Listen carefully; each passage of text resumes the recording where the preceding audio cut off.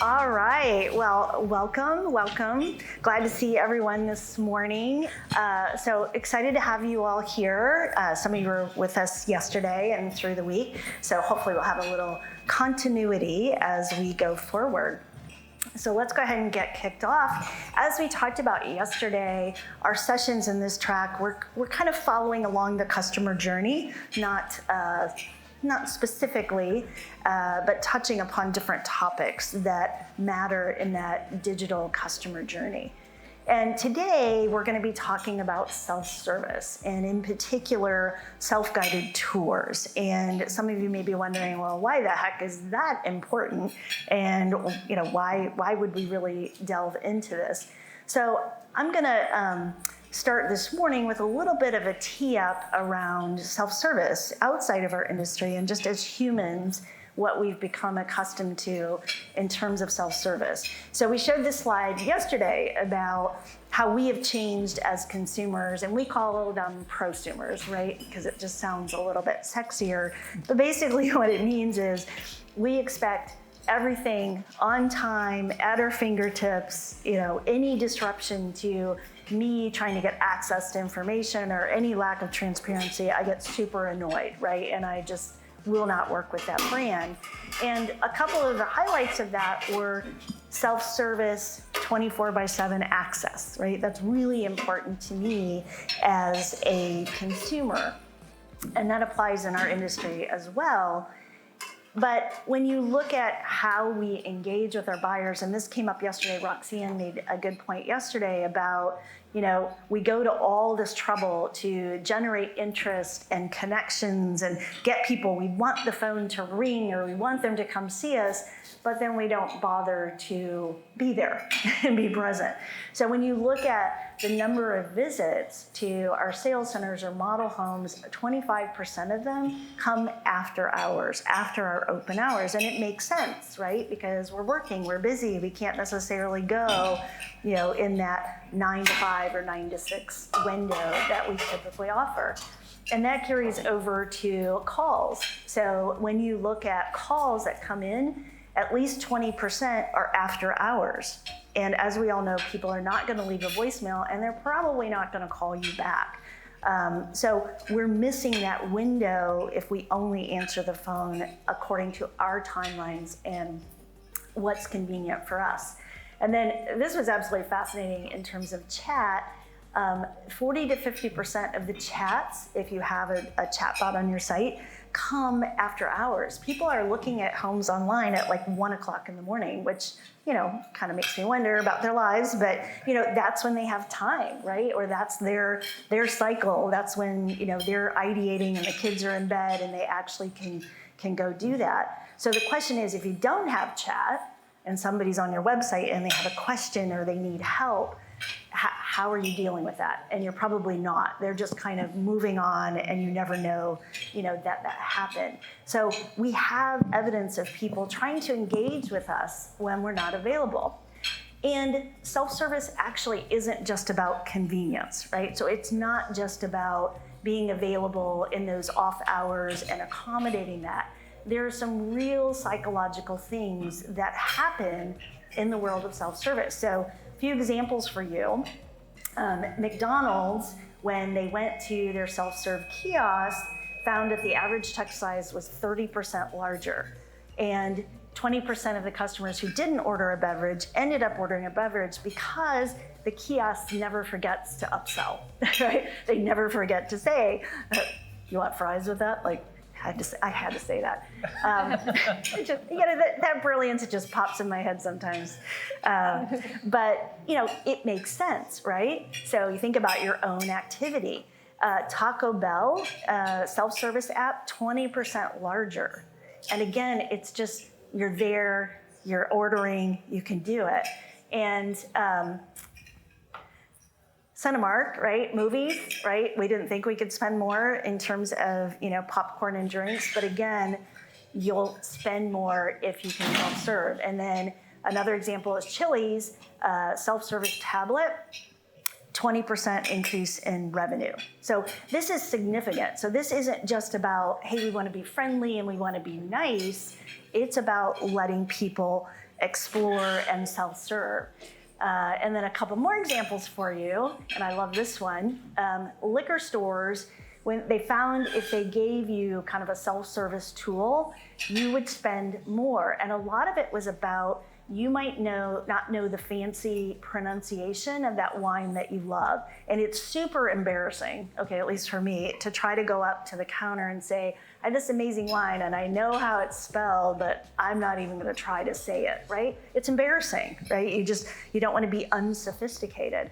But if I can self-serve, I would drink more wine, is the net of that. I don't know if that's a good thing. In fact, how many of you are at the Cambria Hotel? Good portion of us. Here's what I love. Like, I get up super early, like 5:30. Well, usually the Starbucks is not open until 6. So I'm just sitting there and I'm like, really want my cappuccino. They have an amazing little unit down there and you put in your credit card. I don't even know how much it costs. That did not matter to me. At 5 in the morning, I got an amazing cappuccino.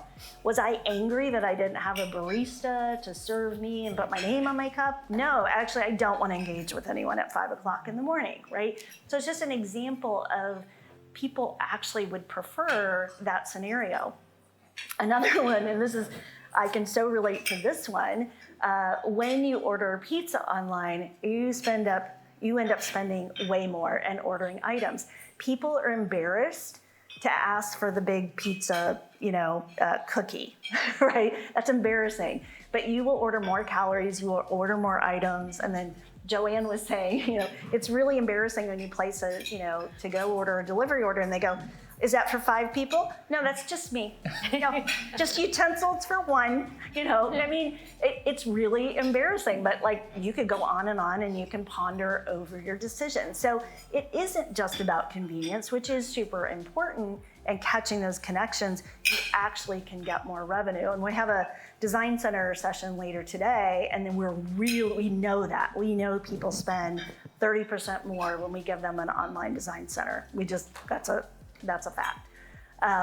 So with all that said, we're gonna now talk about examples of this and applications of this in our world, specifically with self-serving of tours and what you can do once you get into model homes and your sales centers.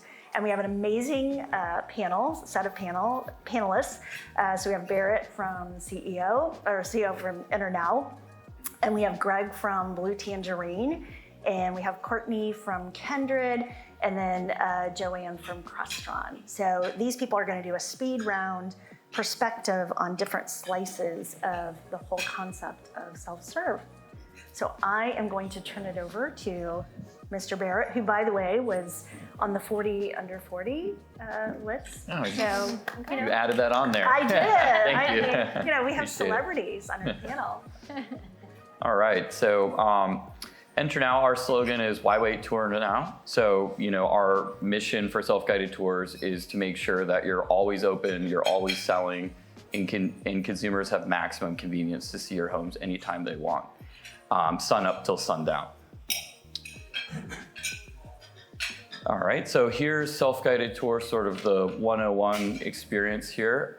So most home shoppers are driving through your communities. Actually, when we first started the company, our innovative idea was that there's people driving through. How do we capture them? How can they convert them into a buyer? And so a majority of our tours, we did about 1 million last year. We work with 100+ home builders to date. And a majority of our traffic truly is on demand. They are driving through your community, so having the ability for them to scan a QR code on a sign, get in, they can verify their identity. We capture their lead information, so first name, last name, email, phone number, all that information sent to the CRM. It's sent right to the salesperson as they go in. So when they're touring the home, where self-guided tours have very much evolved is we can unlock the door, we can disarm the alarm, we can turn on the lights, we can turn on the AC. So we just did a large panel on sort of smart tours, as we call them. And at the end of the tour, once the home shopper leaves, they can leave comments, they can submit an offer through our platform at NterNow. We send them post surveys, et cetera. So It's very much a self-service type of application, but it's catering to that consumer who might not want to interact with and having sales pressure right away. They might go see the spec home first and then come back to the model. And it's definitely a behavior that we see quite often. So here's 4 different types of implementations. Self-guided tours are deployed on model homes, fully furnished. Most of the NterNow sort of model homes, are tied together with some sort of alarm system, different security solutions. We've been around for 5 or 6 years, and I pay an insane amount for insurance. We've had no theft or fraud, which is just stunning. It's similar when you go through an Airbnb, you don't leave with a lamp every time. Like buyers that go in, they treat your homes with respect. They take the process seriously. They also check a box that they have visitor liability and all sorts of things. But traditionally, even for fully furnished homes, it's completely safe. Self-guided tours is definitely being deployed on a lot of spec homes right now, with things slowing down a little bit and sales teams being constrained. And we find a lot of value being able to offer sort of home shoppers to be able to see the home that they're going to buy. Instead of going into the model home, they're actually, which one is actually going to be mine? And so having self-guided tours in your models in your spec homes is a winning solution for sure. We're starting to see a lot of our larger builders actually start to use key boxes and different things, a specific sort of realtor experience, a self-service realtor experience. You'd be amazed on our platform how many realtors actually show up on demand on their own time after hours. Definitely from our statistics, we're seeing that buyers are shopping later. Somebody trying to buy an $800,000 house, they don't get off till 6. I mean, they're being asked to work later, work harder, work different hours. So being able to have self-guided tours being available from 7 a.m. to 8, 9, 10 p.m., you'll start to see a lot of net new traffic. And that's, how our company has provided a lot of value in the space. And on the 4th is OSCs. We definitely see a common trend across our small, medium, and large builders is that more builders, different institutions are investing in sort of remote sales teams and maybe retrenching from a city that they might have expanded to last year, where they might deploy NterNow in the south of Utah and they've retrenched their team back up north. We're seeing that actually across the board right now, with people drastically changing their operations and letting sort of self-guided tour just man different communities, and they're sort of testing it out. And it's working really well for a lot of people. All right, from a different type of tour expansion, we call it sort of omni-channel. So you can tour on site, you can show up on demand, you scan a QR code. Most self-guided tour platforms allow you to completely rebrand or retheme it. We've got a lot of companies that, this is new traditions, they call it open house. So they've actually created their own brand and their own sort of self-service model that they go through it. Self-guided tours are starting to be sort of like that robot in the physical world, but we're really integrating into all sort of sales and marketing types of technologies.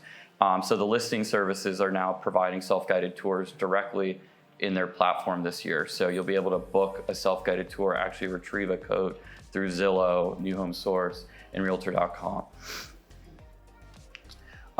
So we do, from an NterNow standpoint, we do have a product which we call sort of like our tour map. So it's sort of like a dedicated map for all of the properties that you can see that you can tour on demand.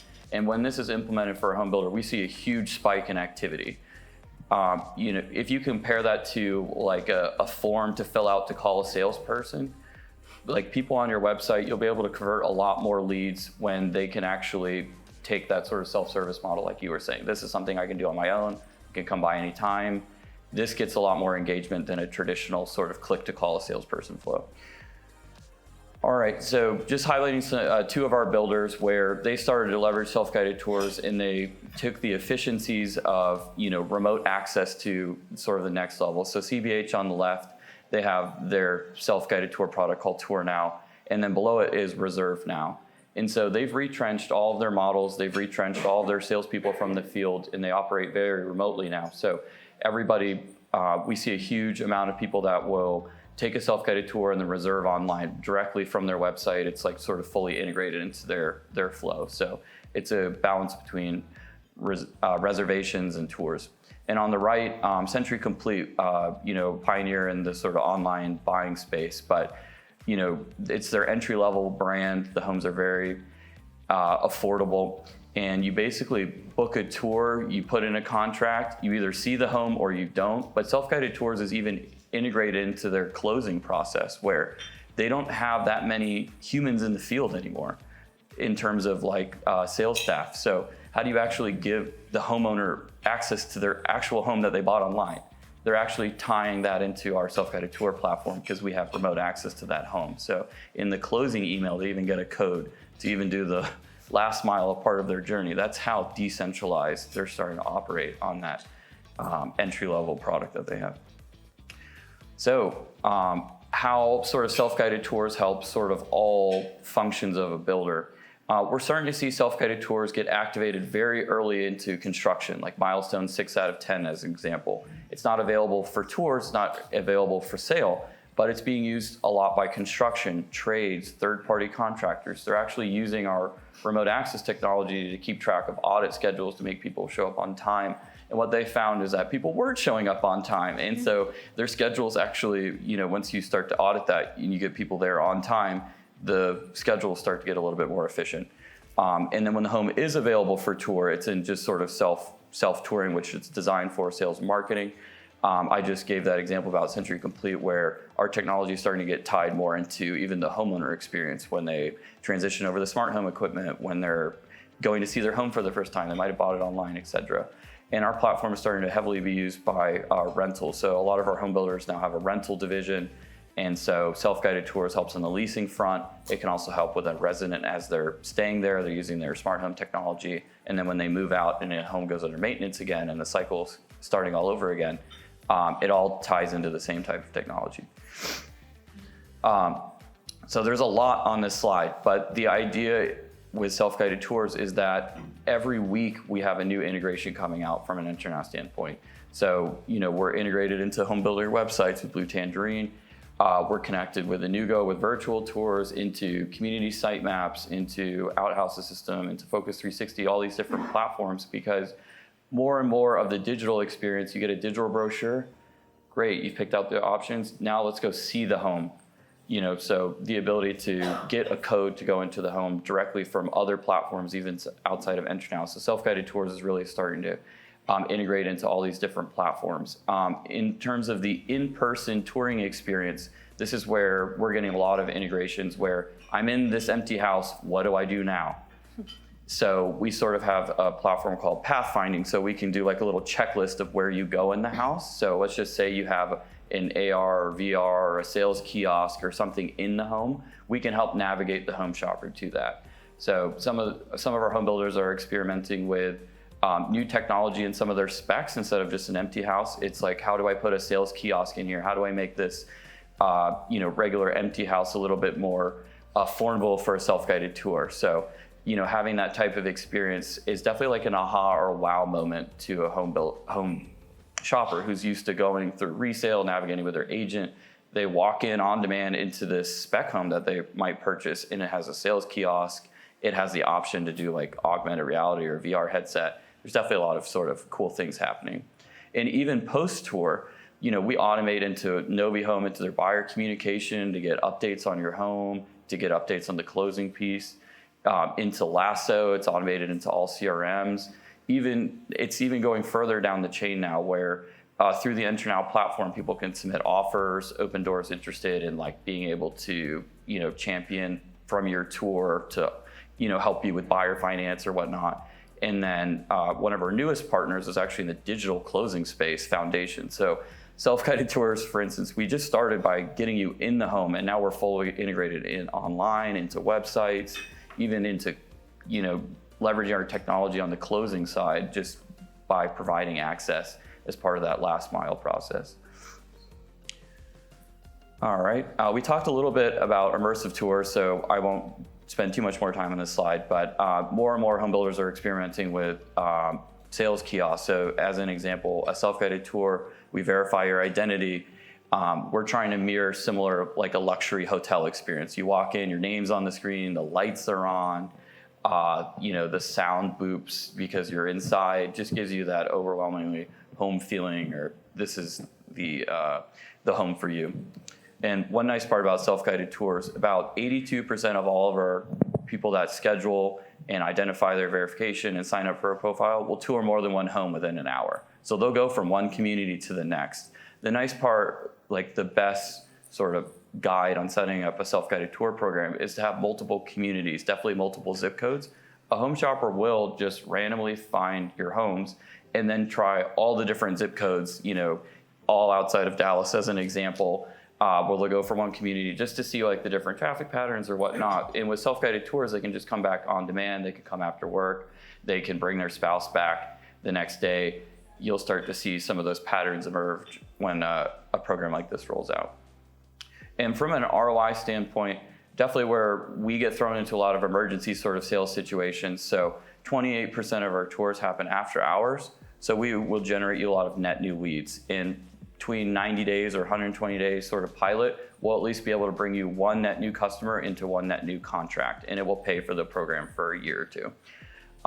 You know, the ROI where we get brought in a lot is just doing more with less, being open longer, more coverage.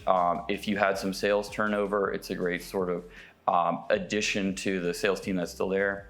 And where self-guided tours is really helping sort of builders or different sales marketers operate differently is they're able to experiment with new programs like reserve and buy now type of experiences, because once you have that type of process where somebody can put down a deposit, they can also see the home on demand as well. And so those are the two pillars that make those programs very effective. And that's it. Awesome, I love that. I especially love the data, and this ties to Greg's presentation next, is that we always had this like horrible disconnect. We would do all this digital marketing online, and then people would show up in person, but it was sometimes hard to connect those, right? We knew this was generating goodness, but you couldn't track specifically. And I love kind of that data and that ability to see that activity and make that connection. So, you know, in addition to all the other juicy goodness, just the fact that we actually have that data is holy grail. So very cool. All right, well, Mr. Greg, take it away. Good morning, everybody. Greg Bray with Blue Tangerine, excited to be here. And love this technology. I remember learning about it several years ago when it was still rather new. I think I was one of the earlier ones to hear about it. And how much it's evolved since then. But there's still also kind of this idea that it's just about the tour, you know, and just about letting them in when nobody else is around to unlock the door for them. And Barrett kind of hinted at how it's evolved and grown so much further beyond that now, but there's still missing some opportunities, I think, in general across builders, and that we want to kind of talk about. And I wanted to start with just this idea of stepping back and going, what happens when we recognize a self-guided tour in the context of a lead capture moment? A lead capture moment, not just about getting someone in the house, but we're actually getting a lead at that moment when we do that. And of course, we know that our buyers are all starting online, somewhere between 96 and 100% based on stats from yesterday. And so are we then utilizing this opportunity of the lead capture on the website, and how do we connect that back? So when we talk about lead capture, there's lots of different places we could go, and we don't have all day, but I just want to talk about maybe two key elements regarded with lead capture. And the first one is helping make an emotional connection between the buyer and your product, right? You want them to fall in love with this house, don't you? That's the easiest sell, right? They're in love with the house. And when we talk about the website, we do all this work to help them fall in love with the house. We spend all this money on tours and all the digital assets, and we want them to learn how to visualize it. And then we forget the best asset we have of all to help them fall in love with the house is the house. If we can actually get them inside the house, as opposed to watching tours, don't we have a much better opportunity to get them to fall in love with the house? Home, sorry, I should say house. It's a home. It's a home. And now granted, I need to be completely clear. I am a big believer in the buy online future that's here now for many builders and coming and all of that. But I do not believe that it's an unassisted, never visit buy online future. I believe that it's definitely still using the opportunities. Now, there will be times where you can't build a model for everything that you offer, et cetera, and you're gonna need the digital assets to support that. But for the ones that you've invested in, especially the inventory that's available, what better way to make an emotional connection than to get them in the house? And as marketers and on the website, are we considering that as part of the journey? I love this quick quote from Zig Ziglar. People don't buy for logical reasons, they buy for emotional reasons. And that includes the men in the room. Okay, just so we're clear. We all are emotional first, and then we justify those decisions. Again, we want them to fall in love. The next piece of that journey is the idea of, or the lead capture process, is we have to show them where we want them to go next. Buying a home is a long process. It's a complicated process. It's different from almost anything else we ever buy in our lives. And we usually haven't done it very many times. Most people don't buy a home every week. And we, as people in the industry, are much more comfortable with what that process looks like compared to our customers. So we need to be prepared to show them the way. And we can't jump from step 2 to step 10. We have to sell them on step 3 first and sell them on step 4 before we get there. So where does touring fit in all of that is a question that you need to step back and consider. Is that step 3, step 4, step 5? When do we want to put that in front of them? When do we want to say? Barrett talked about a lot of drive-by in the moment, but how many people are on your website that never drive by? It's a much larger audience, much larger opportunity to get in front of them. So in this idea of who is this for, just a quick segue. Blue Tangerine did an attitudinal research study not too long ago, and we don't have time to get into all the details. There is a small link there if you're interested in getting more of the data. But we found that there were 4 key segments of buyers, and this was not predetermined. It came out of the way they answered the survey, and they all, interestingly enough, were roughly a quarter. Not every buyer has the same interest in interacting with people. All right, and it's not necessarily driven by age demographics either. In spite of that great age and generational presentation last night that was really interesting, we found that people who prefer talking to a builder versus prefer online interactions went completely across all age and gender demographics. They weren't more one age versus another. And so this may not be for everybody in your sales journey, but there is a decent number of folks that are very interested in doing their own research, engaging, understanding their options before they want to talk to somebody. They know eventually they're going to have to talk to somebody. And maybe that day will come that they don't. But I think this is too big of a deal to totally trust it without a little bit of guidance and help. But recognize that there are key elements within this that need help. So how do we do it from a website standpoint? Well, this may be, Captain Obvious type of stuff here, but you got to tell them it's available. Okay? If there is no indication whatsoever on your website that you offer this, let's just start by saying, hey, you can tour. And then, of course, that's a little different for most people. If they've never heard of this, never done it, as much as I love Barrett and NterNow as a brand, I'm not sure that every consumer in the world knows the name yet. And when you just say NterNow is available, they won't necessarily know what that means. Of course, you can brand it yourself like he was talking about, which is really powerful to make you differentiate from the builder down the street. But you need to educate them on what that means. And it needs to be more than just a one sentence. There needs to be something beyond that they can click over to that helps them understand, gets them comfortable. What's going to happen when I show up? You're really going to let me in this house with nobody else there? That seems a little unusual for a lot of people. You need to sell them on why this is so great for them.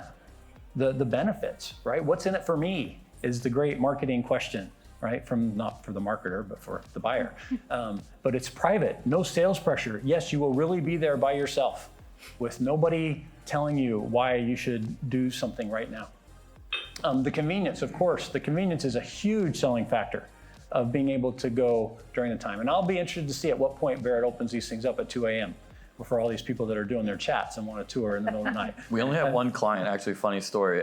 They're a builder in LA. They build custom homes, and they have a lot of Chinese customers that fly in, and they're the only exception we have on our platform to allow tours at night because most of their buyers are awake at 2 a.m. Yeah. to see the homes. So just Benefits of jet lag. So, just like all marketing activity, you have to have the call to action. It's got to be prominent. You've got to make the invitation.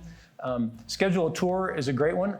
I think we want to try to make sure we get the self-service or the private in there somewhere too, if we can. So it's not just another appointment with the salesperson. Try to help differentiate that. But again, just starting with that opportunity. And here's one of the powerful things. When you integrate scheduling into your website and into that whole process, you get the lead even if they don't show up. That's what we want, right? It's the lead. We get their contact information even if they don't show up. If something happens, they cancel, whatever. So all of a sudden we've moved further down that journey by showing them something that's intriguing and interesting to them earlier in the process. So as we kind of move into recognizing this as a lead capture, just a couple other thoughts, little seeds to plant from more advanced integration opportunity. First of all, because this is now lead capture, it needs to be integrated and configured as a lead capture conversion. Sorry, went blank there. A lead capture conversion on your website in your analytics so you can track it. You want to have those UTM codes coming so that you can say, oh, our Google Ads campaign, our Facebook efforts, our email marketing drove this many tours, this many scheduled tours. We need to connect those. Barrett talked about the integrations with the CRM. You want the scheduling piece to go into the CRM too, not just the tour. And now all of a sudden, you can do follow-ups and reminders. Hey, don't forget, you've got your tour tomorrow. If you have any questions, let us know. You can have those drip campaigns that start to integrate. You can nurture. You can tell them, oh gosh, we saw you scheduled for this home. You might like this one too that's over here. And some of those you may also like opportunities. And you can connect it back to your sales now that's in your CRM and say, hey, this many of our buyers came through the touring process. And so you can justify some of those expenses because for some reason, the marketing people always have to justify their expenses. I don't understand why this is so hard sometimes. Finally, to really make it easier to manage, especially for those of you dealing with large amounts of inventory, lots of data integration opportunities, which is not very exciting for the marketing folks because you have to talk to the IT guys. And they're a little hard to talk to sometimes.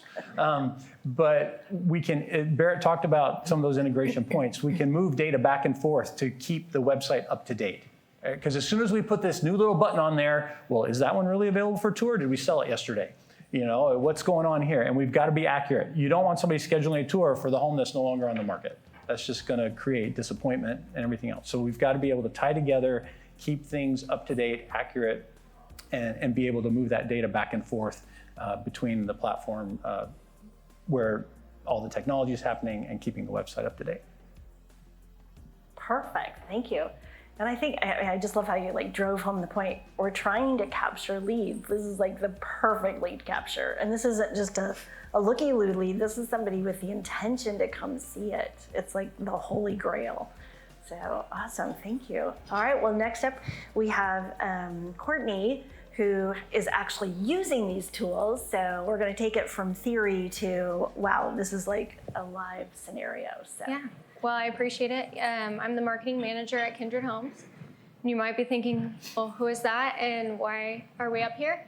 Well, like she mentioned, we partnered with NterNow and Blue Tangerine. So we have a real hands-on experience with these guys. And I'm gonna share a little bit about us, who we are, how we've integrated with our sales team, and kind of things we've learned along the way. So we're a family-founded leading home builder in the Dallas-Fort Worth market. We build anything from 1,600 square foot starter home to a 4,000 square foot complete luxury custom home. So quite a big range, so hopefully that relates to some of you guys in the audience right now. We have about 50 employees and we're forecasted to close on about 90 homes this year. That'll put us at about 90 to 100 million in revenue. So just to give you an insight on kind of our size right now.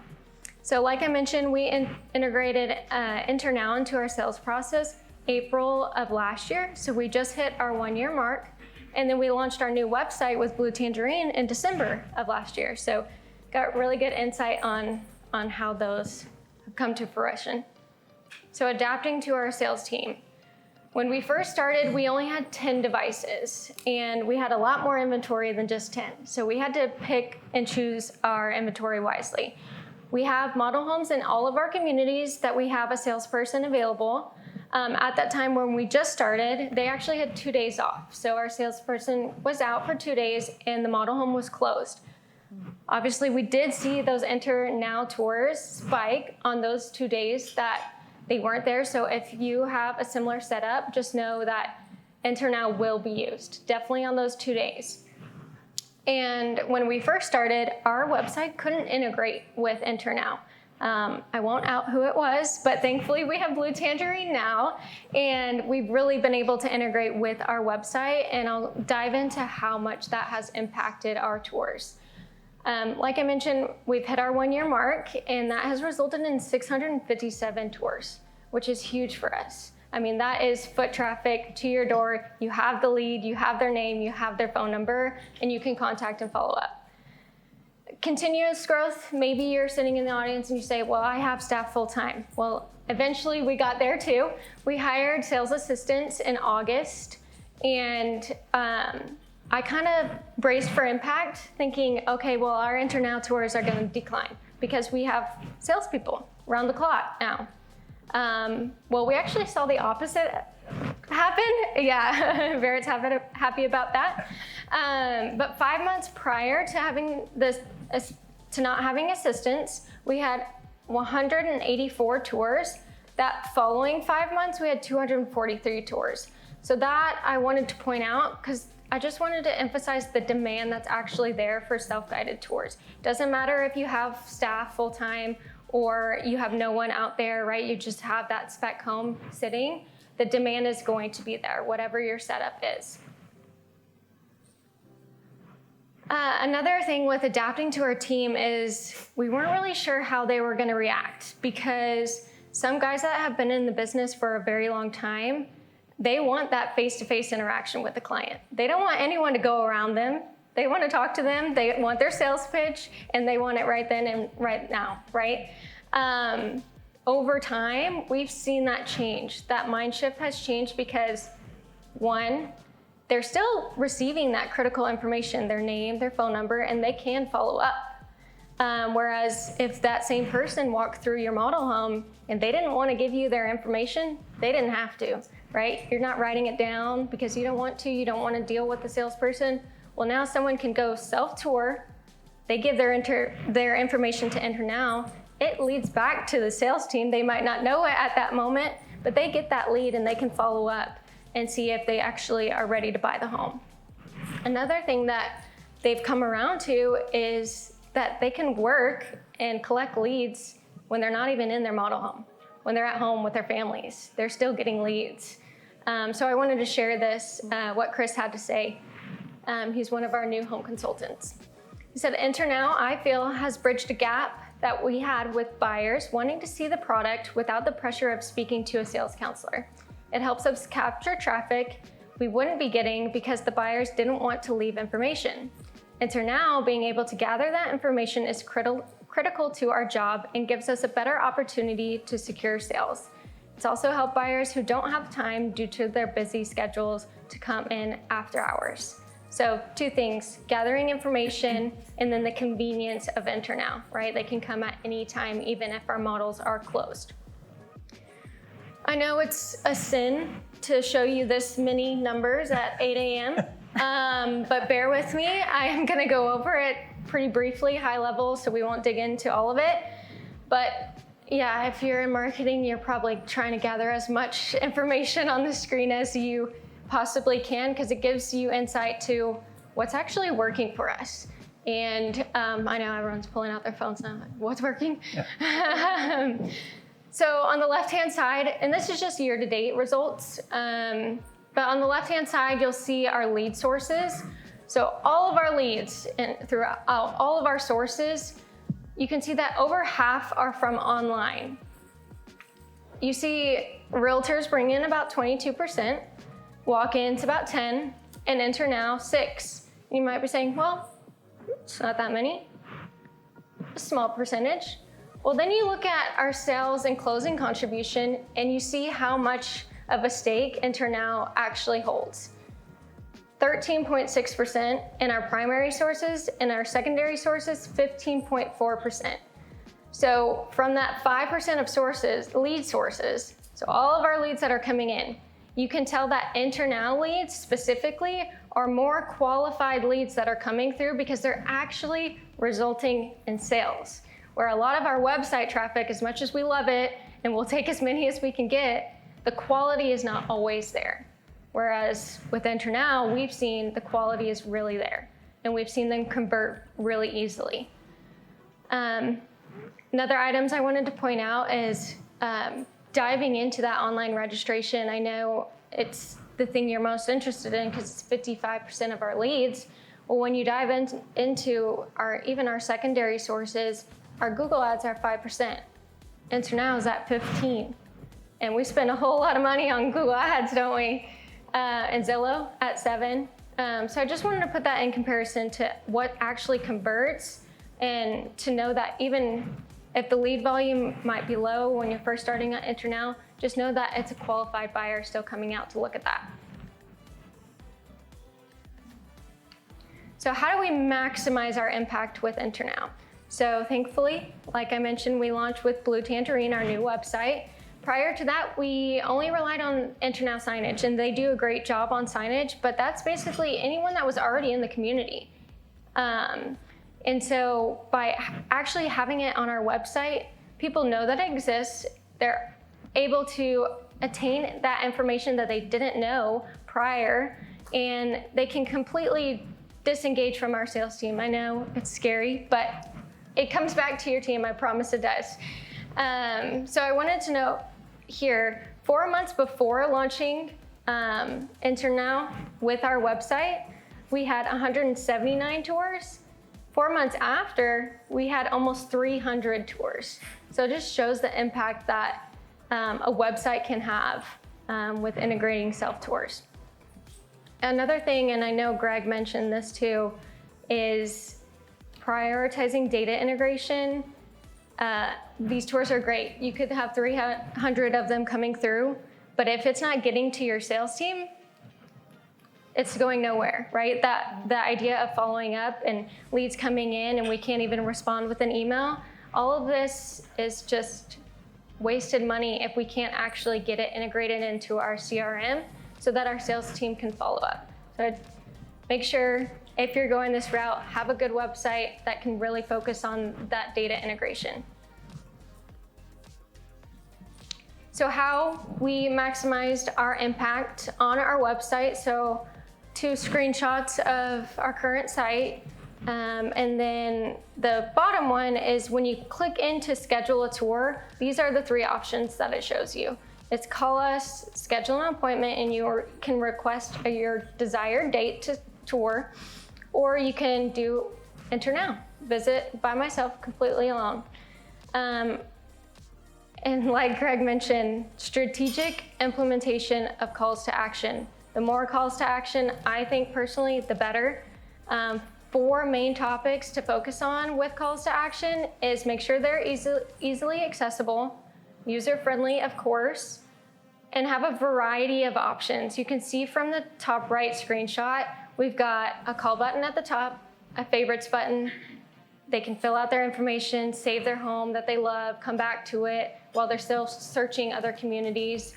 We've got a schedule a tour button, which gives you more options. We've got a chat bot and an email button and a call button and that question box that sticks with you throughout the entire website.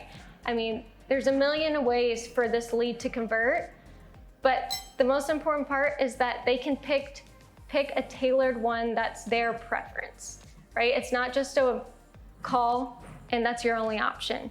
Have multiple options that are tailored to your specific buyers because that's what they want to see. They expect a personalized, tailored experience these days.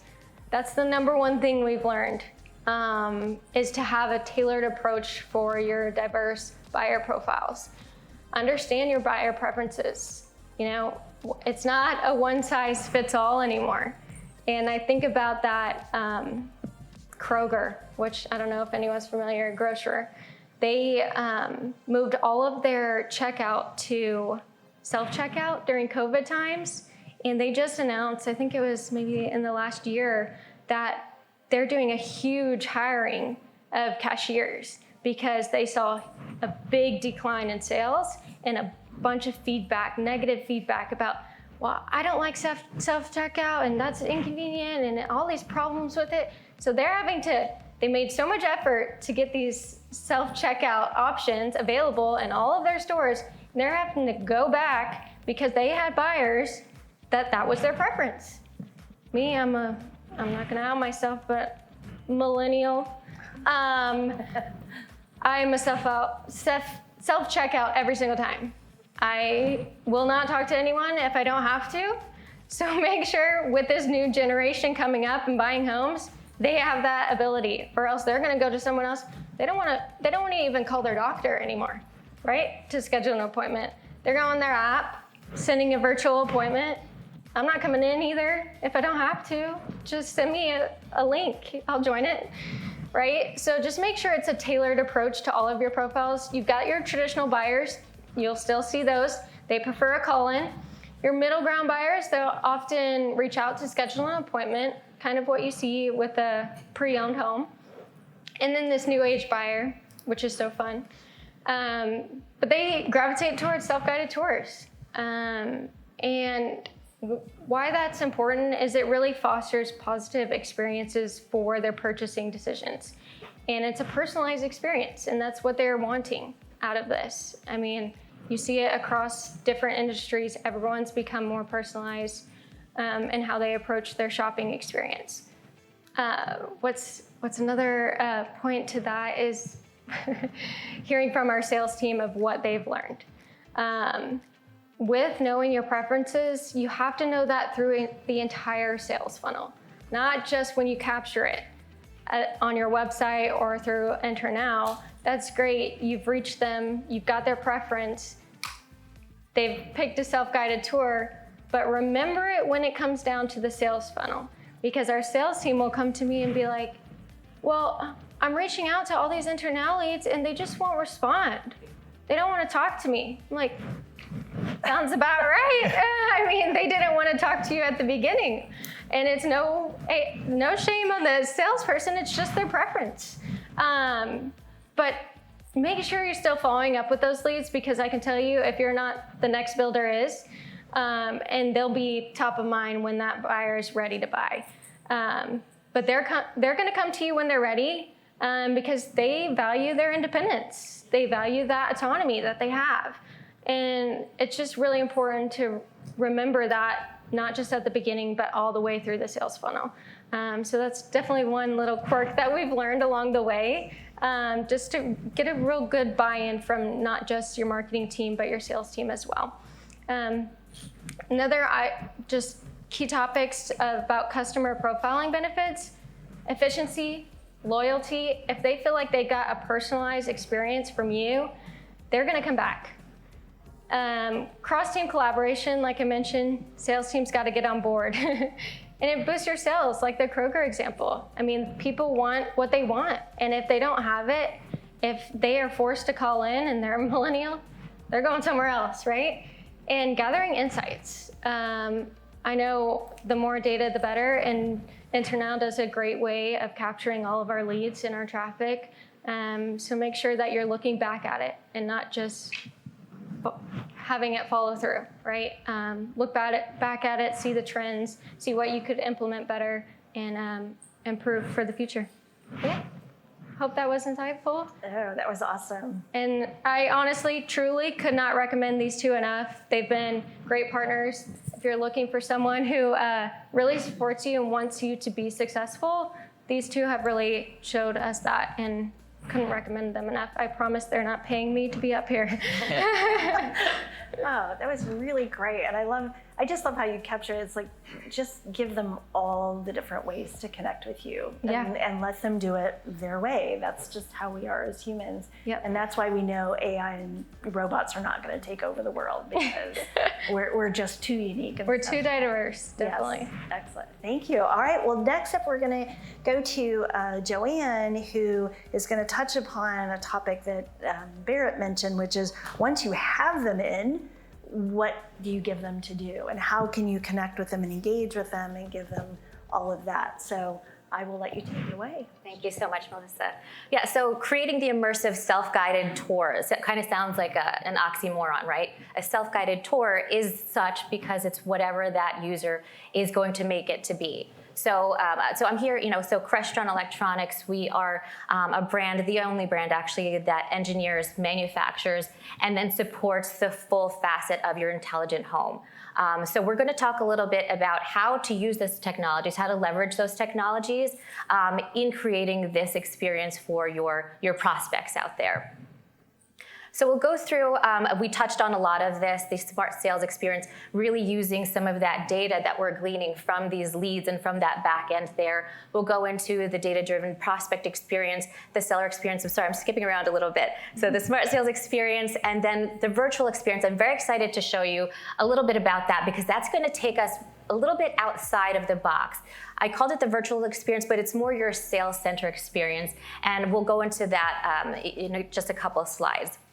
So our smart sales experience, there are so many homes out there that are already equipped with smart technologies. You might have your lighting, your shades, your audio, your video within the space. If you're selling a space that already has those technologies, leverage that. A lot of people now are looking for the homes that are already equipped with smart technologies. Showcase that right within that space, right within that self-guided tour. So even just for the safety and security of the seller, limited entry hours. So, we have the code that they are given through NterNow, or NterNow, and that only works within a certain time span. So it really is just that very personal level. Like you're set for this time. You think we have whatever grace period we have there, and that's the time that they are expected and are only allowed to. That seller can also get pinged if somebody tries to use that same code at some later time. Thankfully, we've not had too many negative experiences, but that's just another way to leverage the integrated technology for the benefit of that seller.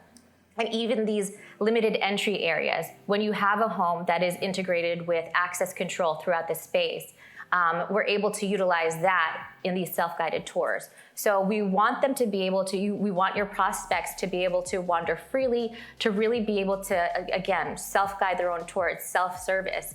But perhaps in this particular space, this seller doesn't want anyone, really touching his collection of his cars. So that particular space is closed off, and we use the access control limitations there. So they can come up to that space, they can peer into the windows through those showcase glass walls, but they're not able to enter there. But that can be supplemented with the digital content. Perhaps there's a QR code nearby, and that user, that prospect, is able to, then access that digital content and still get the information that they want about that space without actually having to compromise the safety of that seller's space and their property. The wow factor. So most smart homes are equipped with some kind of occupancy sensor for whatever reason. In your basic sense, an occupancy sensor can turn on lights when you enter a room. It can turn off lights when it detects that there's no one in the room for, let's say, an hour or so. It's totally customized, right? So now imagine utilizing that technology when we're selling a home through self-service tours. So now imagine just walking into this. Perhaps this isn't the best example because I love this view anyway, right? But imagine we're going through this space, and just by walking, just by crossing a specific threshold, so you're in that rear area of that space, all of a sudden, now your motorized shades come up. So now it's revealing your audio, your visual senses. It's stimulating your visual senses. Now audio comes in, starting to really just build upon this experience. Your lighting comes in to really accent a lot of the features within that back area, within this yard. And it can even trigger your water features. So really it's creating that space, because I can guarantee you, if you were doing this tour with a realtor, they would know exactly how to stage that, right? But that's what we're getting away from. So create that same experience and create that same wow factor without that realtor really just like selling it. Let that prospect, let that buyer create that themselves, and we're creating that emotional connection now, right? Like, you've been wowed. Imagine you bringing your friends, your family over, and they get to experience that because that's your home. So that's another really great way to create this immersive experience, utilizing the technology that's more than likely already in all of these homes. The data-driven prospect experience. We're not going to go too far into this because we've talked a lot about this, but it really is utilizing a lot of the information that we've now already gleaned from these prospects, right? From our questionnaires, from the forms that they're filling out online and everything. And this doesn't have to be anything intrusive. We're not looking to really take away from that self-service experience. They could be just something as simple as, what are you looking for in a home? What are some of your requirements? Something as simple as, how many minimum bedrooms are you looking for? Neighborhood features. What are you looking for in, your environment, in your space? And then from there, you can actually create custom video content that's going to play for these visitors when they come through. And we can utilize, we talked about the kiosks throughout the space. If they have the ability to play digital content, we can put those actually on any of the TVs that are within the home, and really just create that. So some of the examples here. So now this buyer, they filled out their forms. They're looking for minimum 3-bedroom, 3.5 baths, and living in place compliant. So these are generalizations that we should not make restrictive choices on. We're only going to show them this, we're only going to show them that. But these can help to guide our thinking, right? They also need access to private elementary and middle schools. So we can see, this is probably a prospect that has family value focused, So this is kind of where we can take that information and create content there. So when they're walking through, we're looking at, and these are just you don't have to create content for every single person that's coming through, but let's say quarterly, you create content specific to certain genres, right? So we want to show them maybe some neighborhood safety stats, some nearby necessities like medical facilities, doctors, dentists. They want to know that it's going to be easy for them to help to care for their family there. School district data, local recreation, what parks, what recreation is available to them. So just general ideas. It's not restrictive. We're just helping to tailor that experience. So as they walk by and this content is coming, they're going to stop and say, oh, I'm really glad to know that. Just tailoring that experience again, just based on the basic information that we can take from the already existing data that we're accessing there. Now, this is a different family here. Their requirements, they want a built-in bar. These people, maybe they like to entertain. They also wanted integrated audio throughout this space. They want public transportation, access to downtown, very easily accessed there. Again, we're not making any, formative decisions based on this, but this can also, this can help to guide what content we're creating for them. So now when they come through, they come upon the display. And again, there's neighborhood safety, which is important to everyone, but especially if you're going to be walking back and forth downtown, if you're going to be commuting, that can be a huge factor for you. Your arts and entertainment, maybe this is a great area for food and wine festivals, and that can pique their interest. If it's something, that is going to be relevant for them, it's going to resonate. So we're making those emotional connections through technology, even though there's not somebody there, just like ramming that information down their throat. This is going to resonate in a way that makes sense for them. So those community insights, again, very, very important to meet them where they are, right? So, and again, with the information we're already gleaning from those data points on the back end. I ran through that kind of quickly because I wanted to get to this. So again, this is our virtual experience, but this is more your sales center virtual experience. We don't have to talk about why this is important to different demographics and such. We all know why people like that virtual experience and that self-guided tour. That's why we're here, right?